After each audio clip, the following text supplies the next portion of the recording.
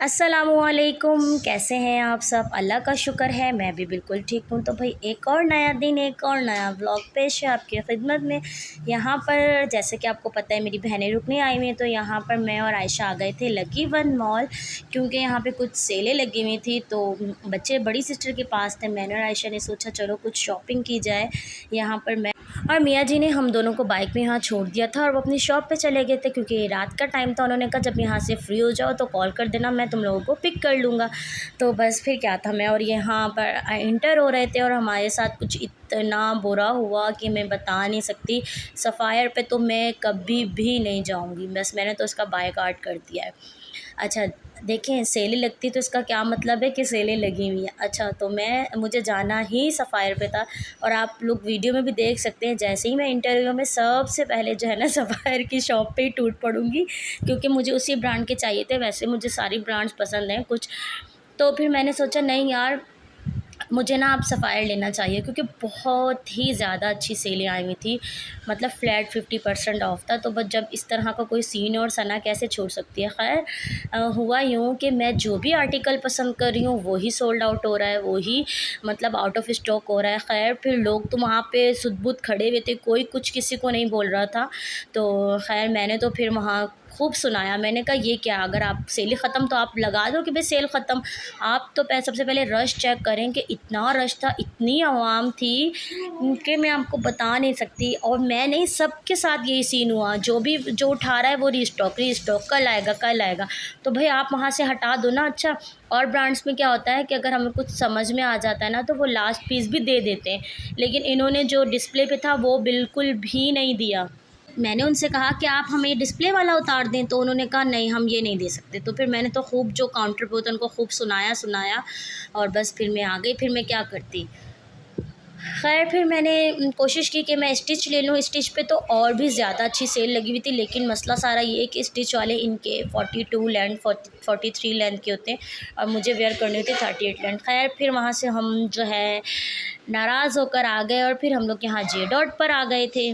और हमारे साथ क्या सीन हुआ, जैसा मैंने बताया हम लोग रात में गए थे तो उन्होंने क्लोजिंग स्टार्ट कर दी थी। बस फिर मुझे बहुत गुस्सा आया और फिर मैं किसी और ब्रांड पे नहीं गई। बस यहाँ से घूम फिर के हमने फिर कॉल कर दी हस्बैंड को, वो आ गए थे और फिर उन्होंने हमें जो है, गुस्से में थे हम दोनों, तो फिर उन्होंने सबसे पहले हमें ठंडी ठंडी आइसक्रीम खिलाई कि आइसक्रीम खाओ, गुस्सा नहीं करो, कल सुबह चली जाना, टाइम से चली जाना, सब मिल जाएंगे ये वो। खैर फिर मैंने भी कहा चलो ठीक है। बस फिर यहाँ पर मैं घर पर आके गुस्सा होकर सो गई थी। ये नेक्स्ट डे मॉर्निंग का क्लिप है। यहाँ पे फिर हमारी सुबह हो गई थी। सुबह उठने के साथ ही फिर मैं अपने काम काज में लग गई थी। मेरी भांजी ने फरमाइश की थी नेगेट्स की, बस फिर मैंने यहाँ पे वही बनाया और इनके ज़िम्मे लगा दिया। मैंने कहा चलो तुम लोग घर समेटो और यहाँ मैं दिखाती हूँ। मैंने जो है ना नेगेट्स तैयार करके रख दिए थे। तो ये देखें, बस यहाँ पे मैंने ना टाइम से उठ के नगेट्स रेडी करके रख दिए थे और गर्मी बहुत ज़्यादा थी तो फिर मैंने बनाया कुछ नहीं। और सिस्टर ने भी फरमाइश की कि हमें जावेद निहारी खानी है, तो बस फिर मैंने सोचा था कि बस दोपहर के खाने में फिर मैं वही मंगवा लूँगी। और मियाँ जी लेने गए थे। यहाँ पे मैंने कहा जब तक मैं दस्तरखान वगैरह लगा के रेडी रखती हूँ, और इतनी देर में वो भी आ गए थे फिर।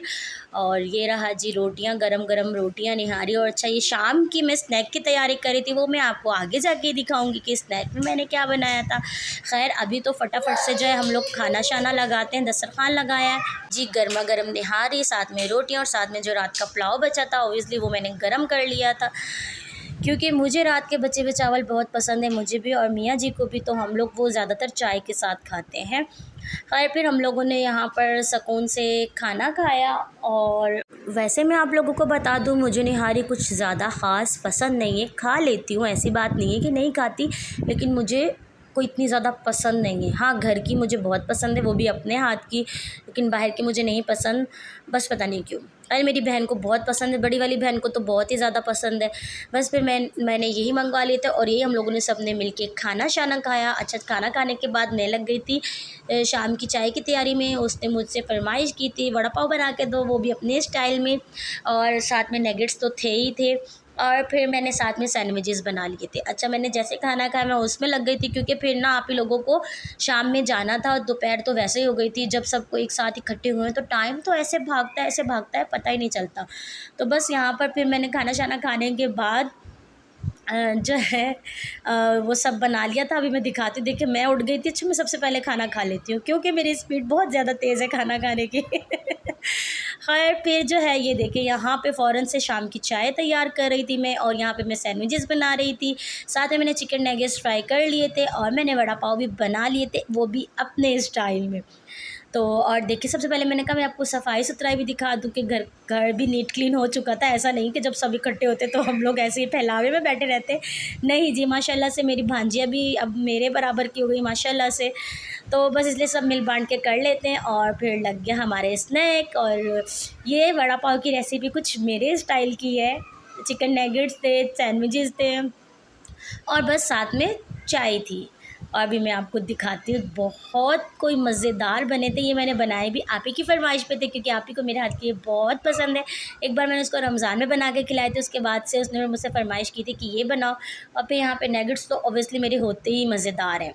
ख़ैर फिर यहाँ पर उनके जाने की बारी आ गई थी, और यहाँ लोग ये सब जा रहे थे और मेरा दिल नहीं चाह रहा था मैं उनको भेजूँ, क्योंकि मेरे घर में बहुत ज़्यादा रौनक लगी हुई थी, और मुझे मेरी बहनों की कंपनी एंजॉय करने में बहुत ज़्यादा मज़ा आता है। टाइम कैसे गुजरता है बिल्कुल भी पता नहीं चलता। और यहाँ पे मोहम्मद अयान बहुत ज़्यादा रो रहे थे कि मुझे भी मोटी मम्मा के साथ जाना है। फिर यहाँ पे मैंने इसको डांटा मारा, और फिर ये रोते रोते सो गए। खैर फिर उनके जाने के बाद मैंने अपना किचन वगैरह समेटा, उसको नीट क्लीन किया, और बस ये केचप वाली कटोरी थी, बाकी मैं सारे बर्तन वगैरह धो चुकी थी। अल्हम्दुलिल्लाह से सब साफ़ हो गया था, और बस अब मियाँ जी भी कहीं जाने की तैयारी कर रहे थे। चले जी, इस व्लॉग को यहीं पर एंड करती हूँ। व्लॉग अच्छा लगा हो तो चैनल को सब्सक्राइब कर दीजिएगा, वीडियो को लाइक कीजिएगा। अल्लाह हाफिज़।